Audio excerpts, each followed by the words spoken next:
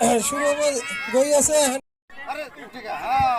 এতিয়া আমার শুরু গই আছে सरकारनि उद्योगाव मोनसे खेल महरन आयोजन खालामनाय जादों। बे आयोजनावहाय जोंनि गयबारि बिसिडिसिनि जानानै जों बे माबाखौ खेलाखौ सालायगासिनो दङ।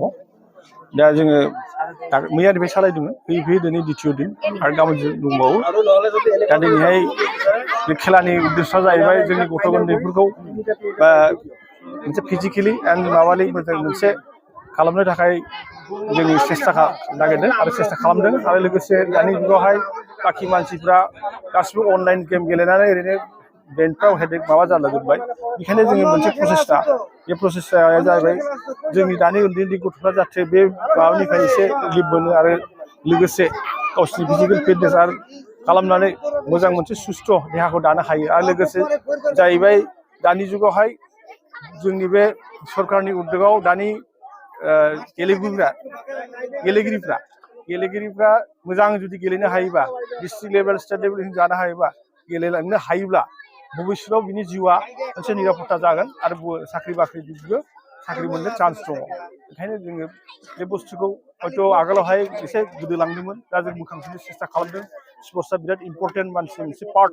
बेखौ जोङो गावबागाव गारजेनफ्राबो गावसोरनि गथ' गथायफोरखौ मोनसे माने मेसेज होनांगौ आरो होननांगौ जे खालि मबाइलाव लानानै अनलाइन गेम गेलेनायखौ बन्द' खालामनानै मोनसे क्लाब बा मोनसे फिल्डआव बा बिसिडिसि लेभेलावहाय गेलेबाय थायोबा फुं बेलासि हयथ' इयुन भबिष्यताव जोंनि फैगोन जोलैफ्रा, जोंनि इयुन भबिष्यता मोजां दिया आगान सुरलांगोन आरो बेखौनो होननानै दिनैहाय जोङो 100 मिटार माने मा होनो 100 मिटार रान आरो 200 मिटार रान आरो 400 मिटार रान खालामखांबाय आरो मोनसे दंबावो जोंहा माने 800 मिटार।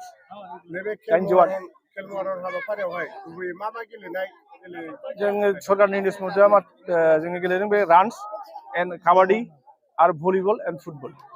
बेसेबां स्टुडेन्टफोरा नैबे गेलेनायाव बाहागो लादों? मथामथि जोंनि एरियायाव, आंनि बिसिडिसि एरियायावहाय मथामथि 8थासो स्कुल दं, स्टुडेन्टफोर दङ आरोखि। ओमफ्राय दा अनुमानिक 500 जनसो बेबादि माबाफ्रा बाहागो लाफैदों आरो गेलेगिरिफ्रा। औ, आरो लोगोसे माखासे अनलाइन रेजिस्ट्रेसन खालामनाय दं लकेल मानसिफ्रा, बेखौ माने सरकारनिफ्राय थरनिफ्राय चान्स होनाय जादों अनलाइन रेजिस्ट्रेसन। बे अनलाइन रेजिस्ट्रेसन खालामगिरिफ्राबो गेलेगोन आरोखि।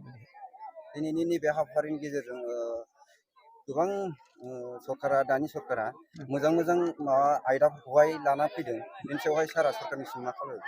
सरकारनिसिम आं खावलायबावो जे जाहाथे उन भबिष्यतावबो बे गेलेनायफोरखौ मोजां दिगजों नायथिंनानै जेनेबा क्लाब ओनसोल बा मोनसे गामियाव क्लाब थायो, बे क्लाब ओनसोलावबो जाहाथे अर्थनैतिक भाबै जाहाथे हेल्प खालामनानै बे गेलेनायफोरखौ जाहाथे एसे गोख्रोङै सालायलांनो हायो, जाहाथे भबिष्यताव प्रत्येकटा गामिनि गथ'फ्रा मोजां दिग आगायलाङो गेलेनायावहाय।